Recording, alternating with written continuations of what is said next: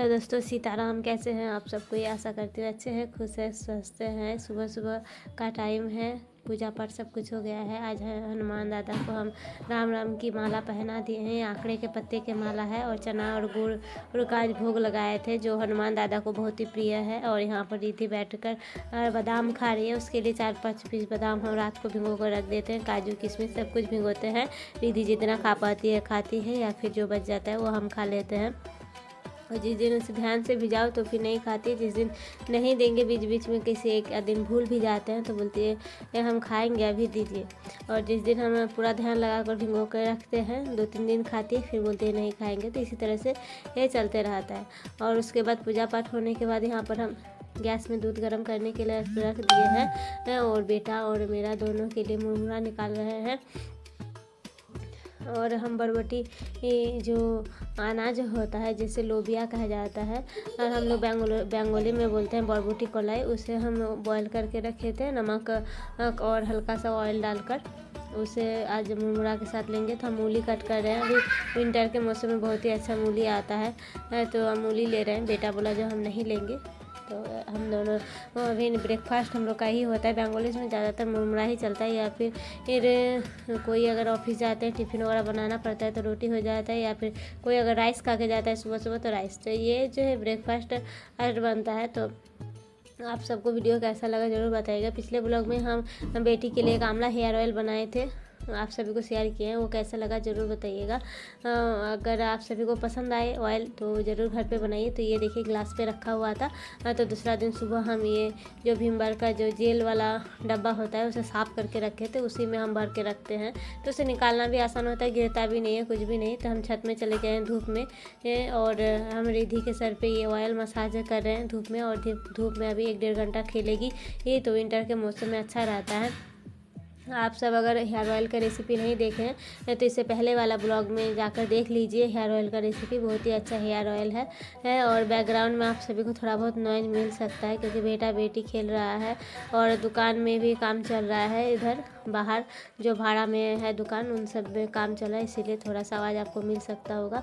और उसके बाद बेटी को हेयर ऑयल करने के बाद हम भी हेयर ऑयल कर रहे हैं। तो आप सबके ब्लॉग को एंजॉय कीजिए और थोड़ा सा म्यूजिक के साथ देखते रहिए।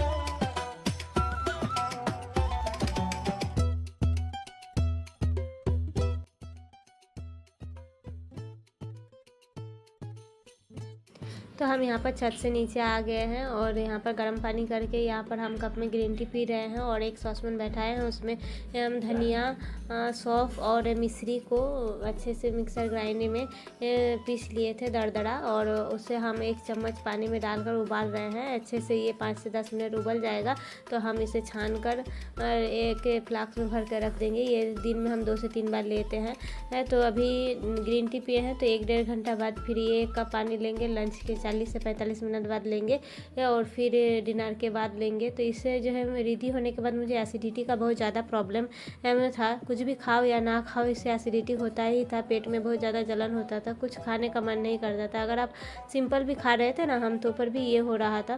इसीलिए हम यूट्यूब से ही मुझे मिला एक आयुर्वेदिक डॉक्टर का और वो ये रेमेडी बताए थे, तो हम वो ट्राई किए तो काफ़ी हद तक मतलब ना के बराबर ही हो गया है ये प्रॉब्लम। बहुत ही रिलीफ मिला है। और यहाँ पर हम पालक साग की सब्ज़ी बना रहे हैं, तो पालक साग, सीम, बैगन, मूली, ये सारी चीज़ें, टमाटर, मूली, ये सारी चीज़ें कट कर रखे थे। और यहाँ पर मूली के साग में हम नमक मिलाकर रख दिए हैं। इससे जो है मूली के साग में हल्का सा भी जो कड़वापन होता है ना वो हट जाता है। तो हम एक बार चलाने के बाद ढक के रख दिए थे पालक का साग, और उसमें हम अब नमक, हल्दी, थोड़ा सा मिठास, ये सारी चीज़ें डाल रहे हैं। जो भी बेसिक सा मसाला होता है वो डाल रहे हैं। आप इन पालक की सब्ज़ी में आप चाहते हैं तो अरबी भी डाल सकते हैं, गाजर भी डाल सकते हैं। तो अरबी, गाजर, बैगन, मूली, ये सारी चीज़ें, सीम, ये सारी चीज़ें डालकर विंटर का पालक साग का सब्ज़ी बहुत ही स्वादिष्ट बनता है। एक दिन हम सारी चीज़ें डालकर आप सभी को दिखाएंगे। और रिद्धि यहाँ पर जो भी डब्बा वो नीचे उतारी थी उससे हम बोल रहे थे उठाओ, ऊपर उठाओ, तो ये डब्बा वो उठा नहीं सक रही थी। तो इसके ऊपर देखिए, एक डब्बे के ऊपर रखिए और हम जैसे ही उसे बोल देंगे जो ये डब्बा के ऊपर रखी, देखो ये गिर जाएगा तुम्हारे ऊपर, तो ये रोने लग गई है। तो हम थोड़ा सा प्यार कर रहे हैं, उसे डर हो गया था जो उसके ऊपर गिर जाएगा, तो हम उसे थोड़ा सा प्यार कर रहे हैं। तो माँ बेटी का ऐसे प्यार चलते रहता है और हम लोग काम करते रहते हैं।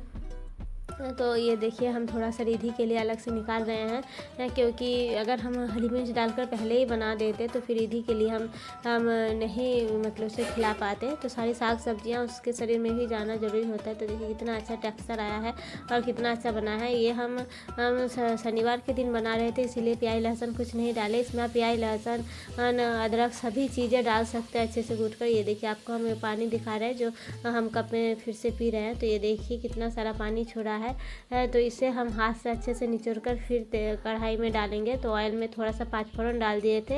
ये आप लहसुन की कलियां भी डाल सकते हैं, एक मिर्च भी डाल सकते हैं। तो ये सारी चीज़ों को नमक, हल्दी, थोड़ा सा मिठास डालकर अच्छे से भून लेंगे तो मूली का साग फ्राई हो जाएगा। आप सभी को ब्लॉग में क्या देखना है ज़रूर बताइएगा और उसी तरह का ब्लॉग आप सभी के साथ शेयर करेंगे। ये आप सभी को कैसा लग रहा है, नया नया बना रहे हैं ना, तो वो उतना जो है एकदम सजा के प्रेजेंट करना वो नहीं हो रहा है। आशा करती हूँ आप सबको समझेंगे। तो ये लंच रेडी है। दोनों तरह का साग है, अरहर की दाल है और आंवले का अचार है। आंवले का अचार की रेसिपी नहीं देखे हैं तो पिछले ब्लॉग में जा